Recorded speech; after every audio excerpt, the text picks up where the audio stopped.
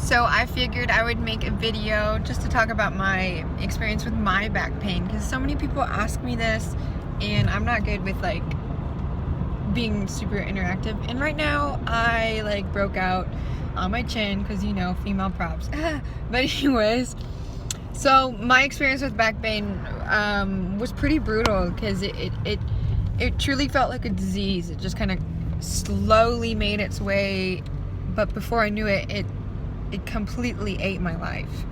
I mean, I was having chronic pain when I was 12 years old.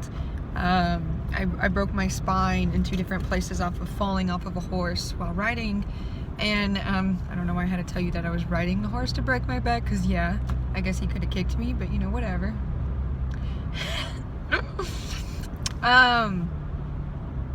But yeah, no, the pain made my life static. It got to the point where I was in and out of these metal back braces. Well, they were hard plastic, but they went from the collarbone to the pubic bone. I had to wear them 22 hours out of the day, and that would give me severe neck pain, nerve issues. I had really a lot of glute pain. And I mean, it got to the point where like I just couldn't walk. I'd cry for my mom to pick me up out of the bathtub.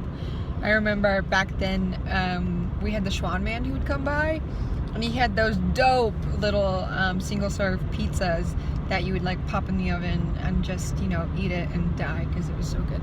So I remember I was like eating one of those one day, and my pain felt like it was a like radiating, like explosive, and someone had tied this like hard paper around this like beating heart explosive, and it just was bursting. My back hurt so bad. And I remember I was trying to eat this pizza, you know, and the pain got so bad that after I ate a few pieces, I just started vomiting, and I was vomiting and quivering because this pain in my spine was like hurting everything in my body, because I just constantly would daydream and tell myself to think of ponies. And like, you know, my mom used to tell me, because I was so scared of getting blood drawn, she'd be like, remember and think of when we're riding the horses and how happy you are.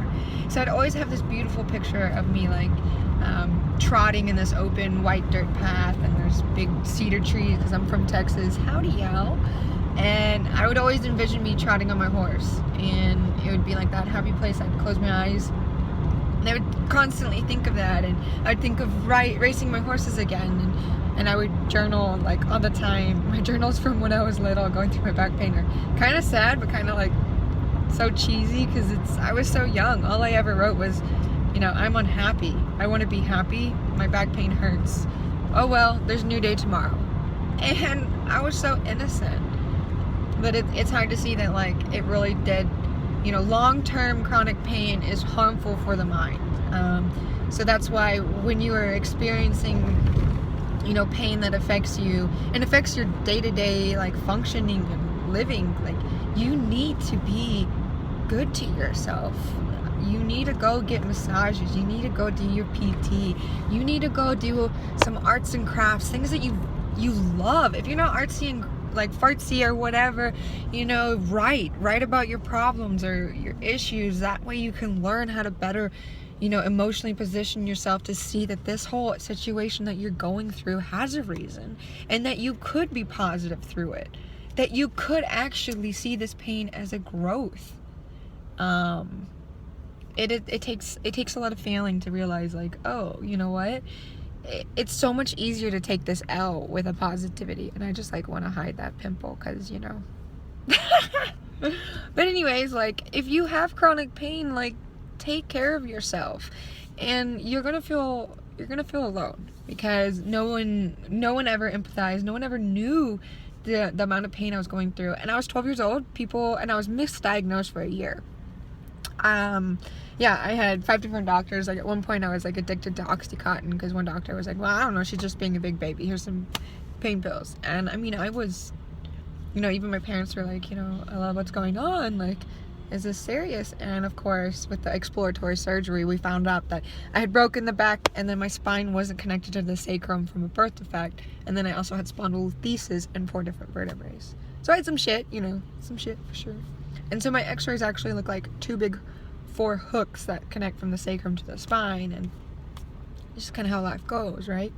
But, you know, this is real. Like, this is real. I don't post a lot on social media because it's hard. It's fucking hard. Because there's so many people out there that have platforms but don't use it correctly. And everyone wants to be loved. And we should be giving more love to people. And I don't know why I'm crying, so I'm just going to end it. But for real, we should just be... you don't know what people are going through. And I suffered for years. I suffered for years.